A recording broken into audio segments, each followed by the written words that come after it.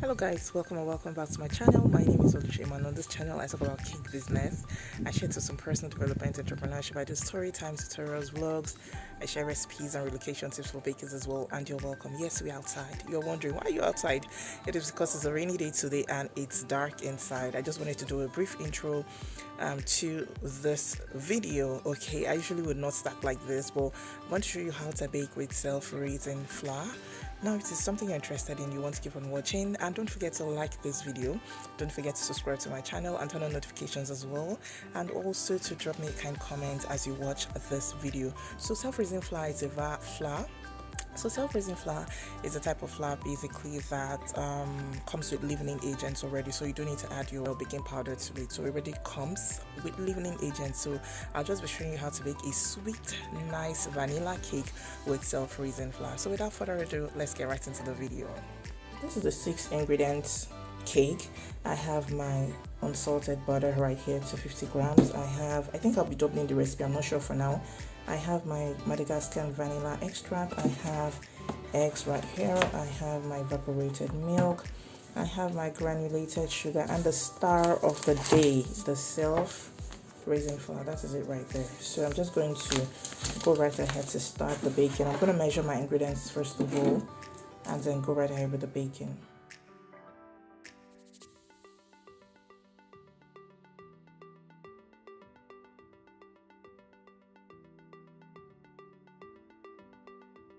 So I'm going to measure 450 grams of sugar.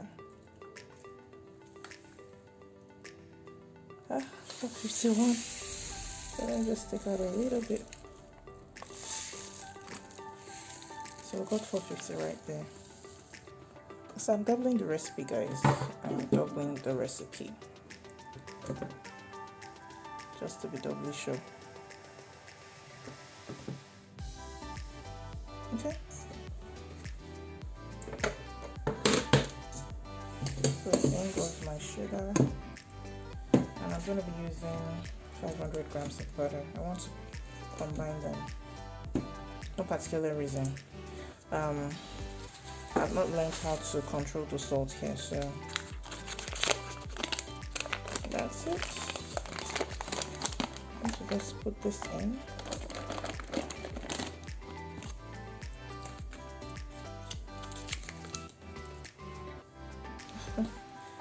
Flowing.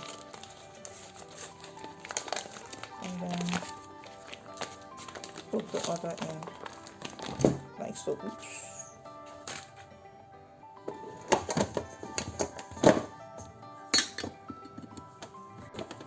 Okay.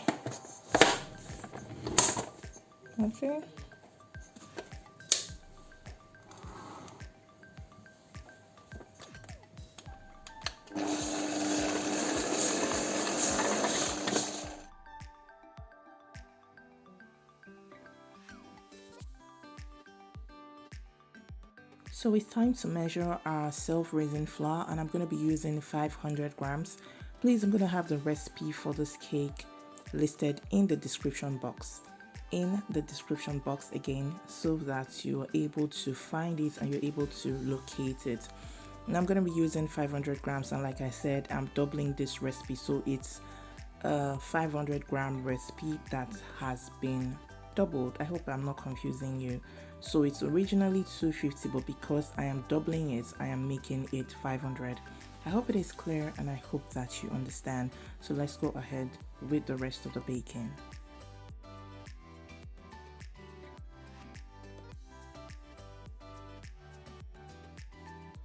Next up, I'll just break my eggs. My eggs are at room temperature. Please, once again, pardon the shadows. It's a rainy day, so it's dark, and that's why I'm having the shadows casting on my tools and everything. So I'm just going to take out 3 eggs. It's a pack of 15 eggs. I'm using 12.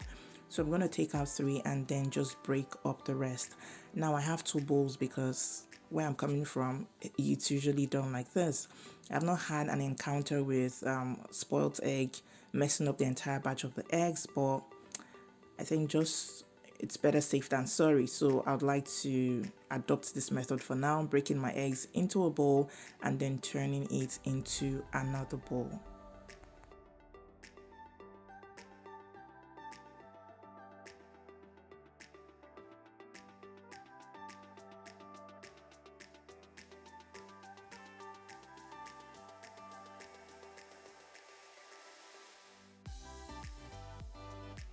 Now I'm taking a break to scrape down the sides of my bowl, and I have observed that with this particular mixer you have to do the work of actually scraping down the sides of your bowl. If not, when you're done, you're going to see that you have batter that has not been properly mixed at the bottom of the bowl. So I like to scrape and scrape very well. Please take note.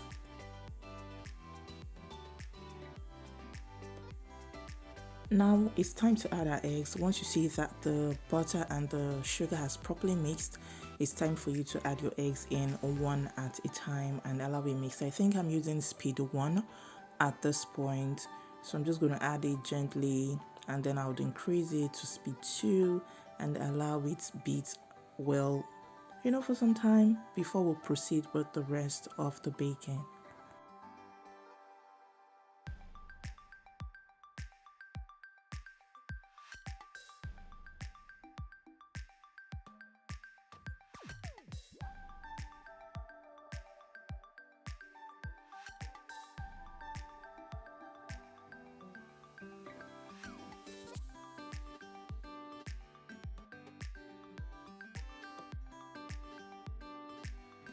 Now for this recipe, I'm using 1 cup of evaporated milk. That is what I'm using. I don't know what substitutes would work, please. I'm using evaporated milk, 1 cup, and that is what I'm measuring now.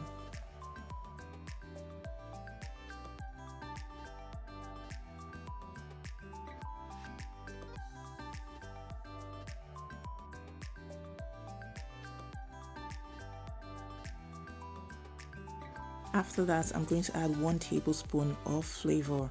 Now I am using Madagascar flavor just like I showed you, and I love this particular flavor, so I'm generous with it.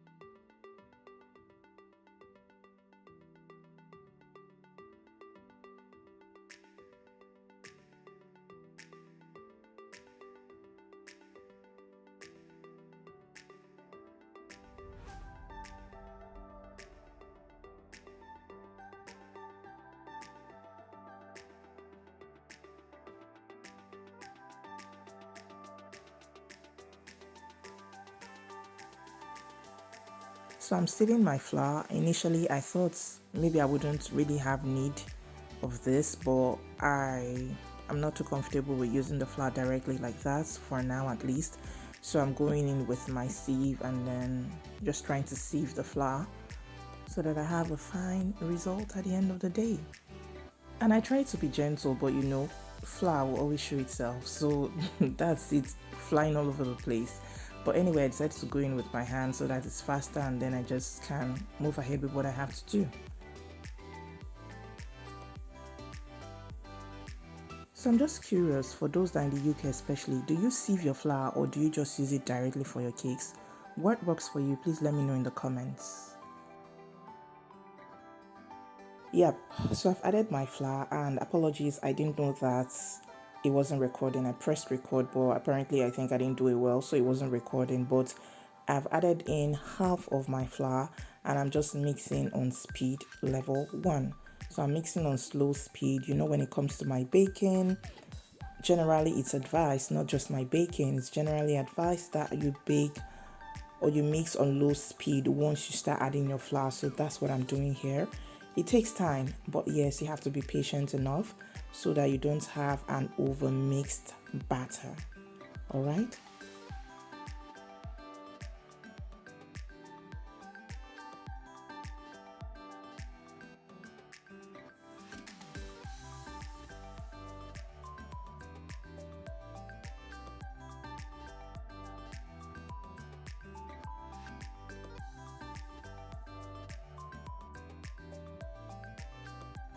It's time to add our milk, so I'm adding everything in at once in a steady stream, slowly.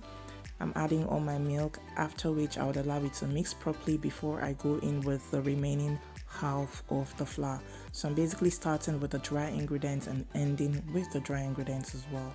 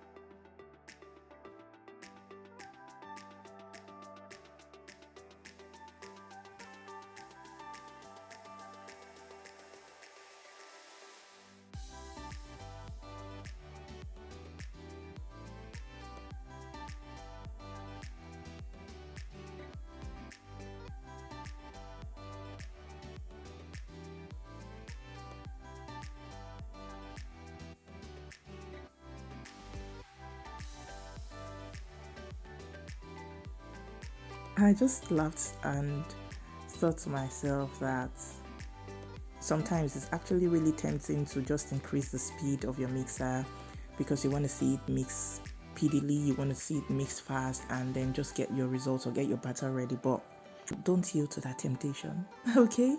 Do not yield to the temptation. Just be patient. Go do something else. Go prep your pan or do something else and then come back to it. By the time you're back, you see that it's ready, it's nice, it's looking like this. Still on slow speed. It's going to take time, but you're definitely going to get the results that you're looking for.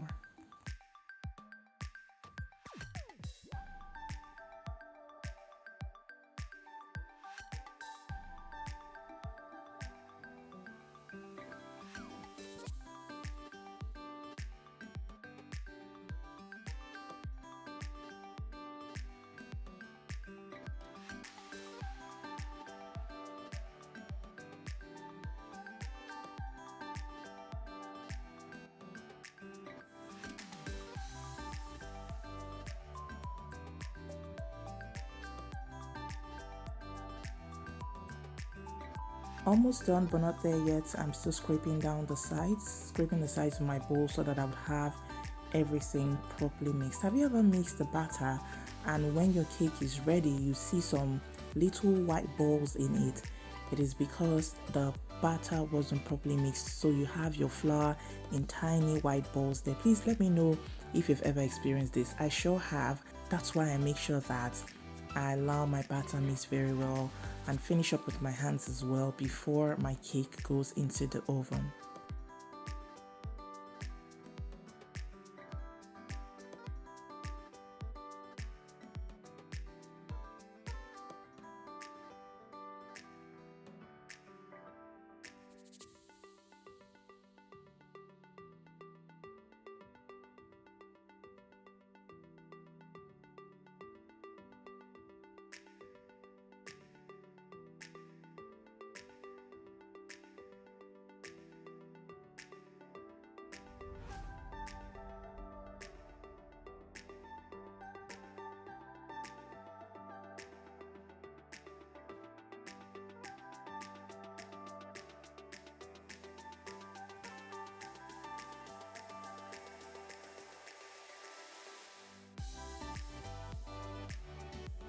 And we're done, so I'm just going to stop mixing at this point, pour my cake batter into my cake pans and then bake it. After baking, this is what it looks like.